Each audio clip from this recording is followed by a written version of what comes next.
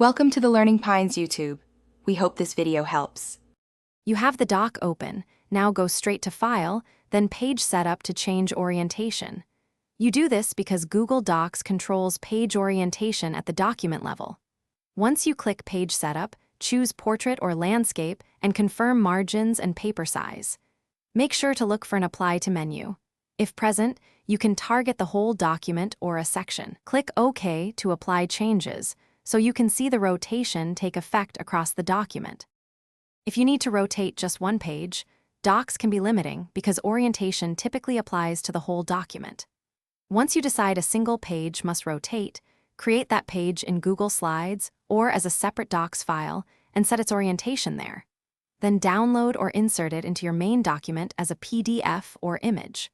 Alternatively, use Insert Right Arrow Drawing to build rotated content or rotate an image of the page. This keeps layout intact without changing the whole. Finalize by reviewing the document from top to bottom to ensure orientation and spacing are correct.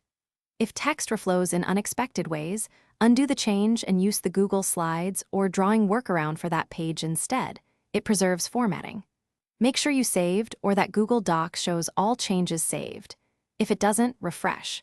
If orientation options fail to apply, clear your browser cache, disable extensions, or try another browser to rule out local issues before repeating the steps. Thanks for watching. Consider subscribing if we helped you.